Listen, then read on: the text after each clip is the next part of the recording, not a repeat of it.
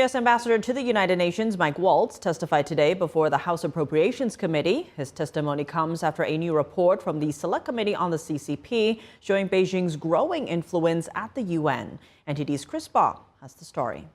We get asked, I'm sure, by our constituents, why are we participating in the UN? What is it doing for us? If we don't engage here, it will be invented somewhere else. And we have seen the Chinese very aggressively leverage their funding with demands in terms of position. At a House Appropriations Subcommittee hearing Friday, UN Ambassador Mike Wwoltz testifying before lawmakers on how China is leveraging its UN status to boost its influence and how U.S. tax dollars are being spent.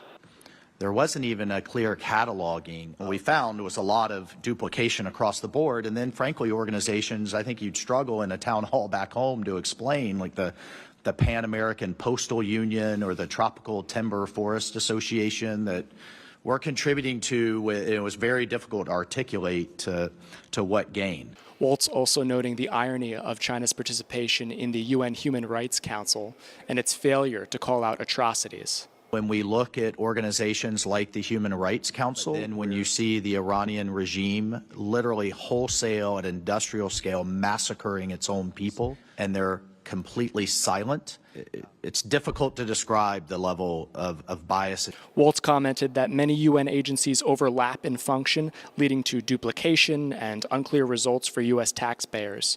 He emphasized the U.S. remains the largest contributor, paying more than 180 countries combined. One agency that focuses on refugees, there's another agency that focuses on migrants, and then there's another agency, the World Food Program, that focuses on food. Or should some of these agencies just be combined?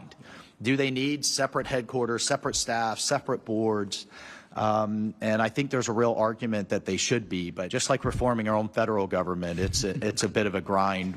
Earlier this week, the House Select Committee on the Chinese Communist Party released a report highlighting Beijing's growing influence at the United Nations. The chairman of that committee saying, "The report outlines several ways the CCP has tried to expand its influence across the UN system through financial contributions and placing PRC officials at key roles in the UN." Where I think we could do more is at the junior level, even at the intern level, where we've seen the PRC push their nationals at scale.